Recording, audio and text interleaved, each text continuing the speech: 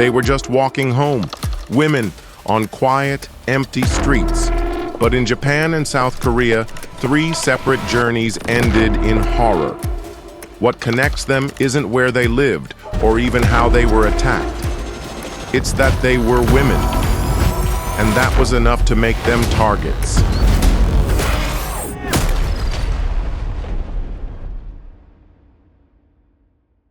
The clock reads just past 5 in the morning in Busan's Busanjin district.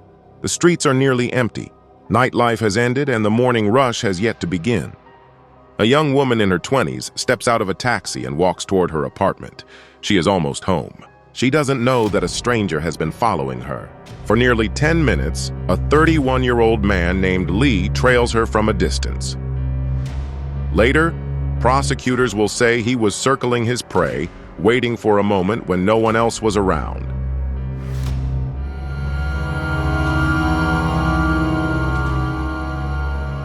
She enters the lobby of her apartment building. Lee is only a few steps back. He slips in, unnoticed. She doesn't turn around. Her focus is on the elevator ahead, hand already reaching for the button. Lee hangs back just long enough to stay out of her line of sight. Then, as she stands there waiting, he makes his move. The CCTV captures it in stark detail. He lunges, swinging his leg high. The kick connects with the back of her head in an instant. The force drives her straight to the ground. She collapses, stunned, unable to react. Before she can move, Lee closes in, stomping and striking her head again with brutal efficiency. He drags her by the arms into a CCTV blind spot. For the next 7 minutes, the cameras cannot see. What happened there is pieced together later from forensic evidence and testimony. He struck her head against the floor. He pulled at her clothes, lowering her pants and underwear. Evidence shows he tried to sexually assault her. At some point, he tried to redress her before fleeing, but he failed. When she was found, her top was pushed up, her pants were unfastened and lowered, and her underwear was still hooked around her right calf. A neighbor discovered her collapsed in the lobby and called for help. She was rushed to hospital in critical condition. Doctors confirmed severe brain damage. She developed paralysis in one leg, long-term cognitive impairments, and memory loss. The Supreme Court would later describe her as living with permanent disabilities. Rehabilitation helped her recover some movement, but her life was permanently altered. The investigation begins there. Detectives freeze the frame, print the image, and push outward. They request camera footage from every street and shop along the block. One by one, the angles line up. The same man leaving the lobby, disappearing down an alley, then reappearing near a bus stop. They follow him through Busan's dense network of surveillance cameras, mapping his escape route frame by frame. Police soon identify and arrest a 31-year-old man, surname Lee. In questioning, he gives shifting and incoherent explanations. At first, he calls the assault impulsive. Then he claims he acted because the victim had looked at him. Later, he insists he attacked after hearing her curse at him, a claim that sounded more like a hallucination than reality. At one point, he also said he didn't realize the victim was a woman. In court, he even argues that he only moved her because he feared she might be dead, saying he slapped her to wake her up, and that it would have been madness to commit any sexual act against an unconscious, bleeding victim. The judges reject these excuses outright. The physical evidence, her clothing, the DNA, and the brutality of the CCTV footage tells a very different story. He already had 18 prior convictions. Coverage of an investigative documentary reported he also had a prior sexual offense conviction using a similar method, a detail not itemized in publicly available court records. A psychiatric evaluation at the National Institute of Forensic Psychiatry in Gwangju confirms he has no psychosis, delusional disorder, or intellectual disability. He is fully responsible for his actions. What experts do find is a dangerous psychological profile. On the PCL-R psychopathy checklist, Lee scores 27 out of 40, above the Korean threshold of 25. A probation risk assessment also classifies him as high risk for reoffending, including a sexual recidivism risk score of 23, considered elevated. Korean outlets noted that Lee's psychopathy score, 2740, is on par with notorious serial killers such as Kang Ho-sun, and a criminal profiler assessed him as an acquired psychopath with high reoffending risk. Lee was first sentenced to 12 years for attempted murder in October 2022, but public outrage and a DNA re-examination on the victim's clothing led prosecutors to upgrade the charge to attempted rape murder. In June 2023, the Busan High Court doubled his sentence to 20 years in prison, added 20 years of electronic monitoring, 10 years of public disclosure of personal information, and a 10-year employment ban in vulnerable sectors. The Supreme Court upheld this ruling in September 2023. On top of the prison sentence, in September 2024, a civil court ordered Lee to pay the victim 100 million won, 75,000 USD, in damages. Her legal team also filed a separate lawsuit against the state, arguing that investigators mishandled evidence and treated her as a burden rather than a survivor. Meanwhile, disturbing reports emerged from custody.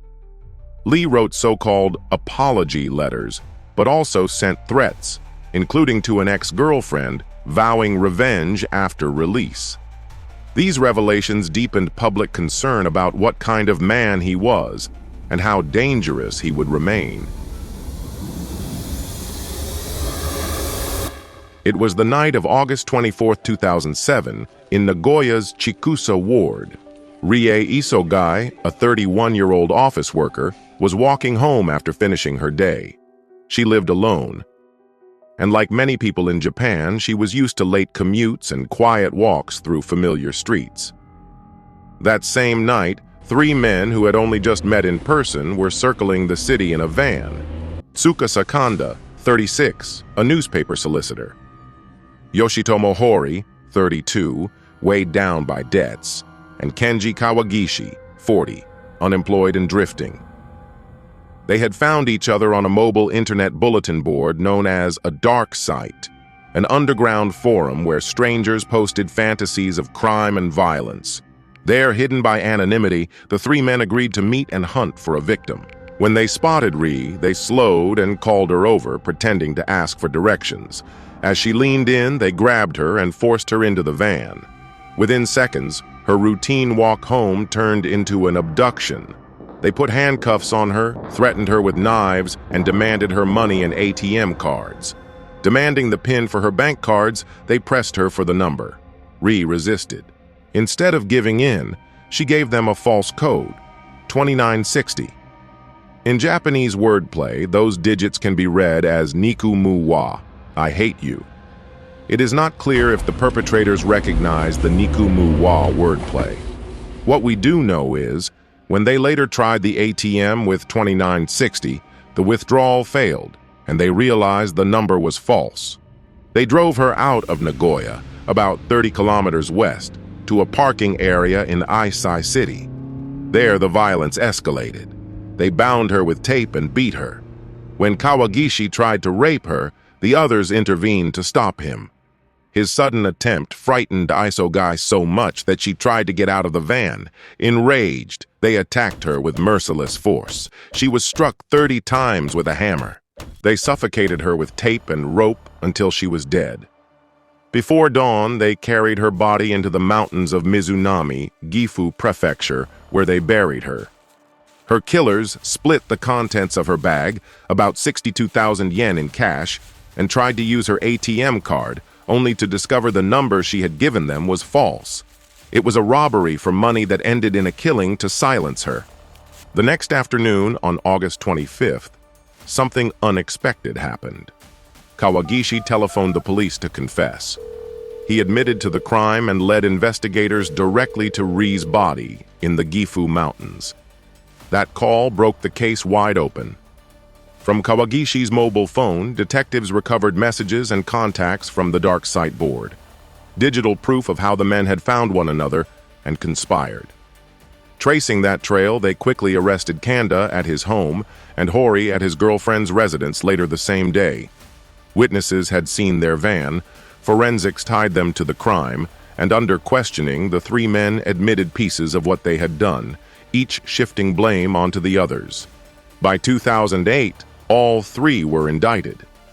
Prosecutors argued that Kanda was the ringleader, the one who insisted they target a woman because she would be weaker. In March 2009, the Nagoya District Court sentenced Kanda and Hori to death, and Kawagishi, who had confessed and guided police to the body, to life imprisonment. On appeal, Hori's sentence was reduced to life, while Kanda's death sentence was upheld. On June 25, 2015, Kanda was executed by hanging. The case became infamous across Japan as the dark site murder. It revealed how anonymous online forums, once dismissed as idle corners of the web, could spill into the real world and turn into hunting grounds for predators.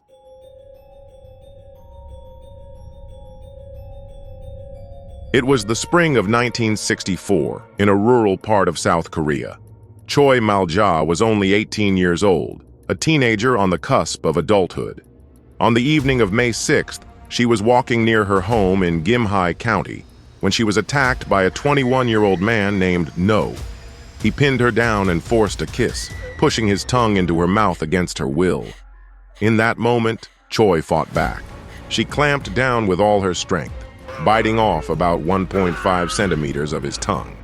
It was a desperate act of self-defense, but in the courtroom that followed, it would not be seen that way. Instead of being recognized as a victim, Choi was cast as a criminal. On January 12, 1965, the Busan District Court convicted her of aggravated bodily injury, sentencing her to 10 months in prison, suspended for 2 years.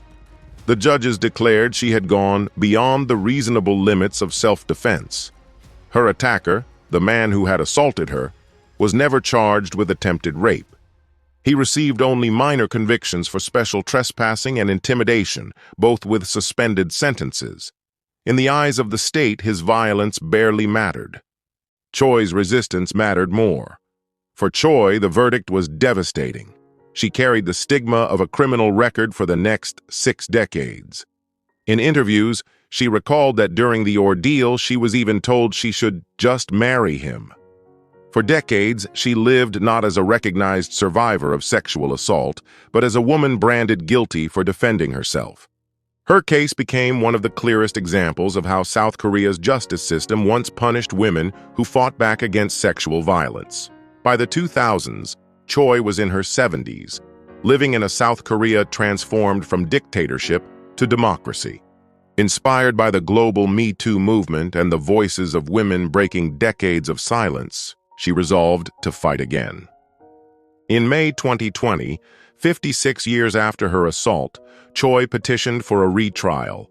Though lower courts dismissed her efforts for lack of new evidence, she pressed on, supported by women's rights groups like the Korea Women's Hotline, who highlighted how her original case had been marred by warrantless detention and violations of her rights. On December 18, 2024, South Korea's Supreme Court overturned those rejections and ordered a retrial, acknowledging deep flaws in her 1964 conviction, a landmark move that signaled a new willingness to confront past injustices.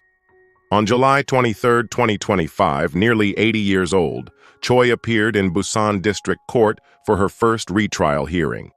This time, prosecutors stood on her side, formally apologizing and declaring she was a victim who should have been protected, not punished, as they urged the judges to overturn her conviction and finally recognize her as a survivor. Outside the courtroom, Choi raised her fist 3 times and shouted, "We won! We won! We won!"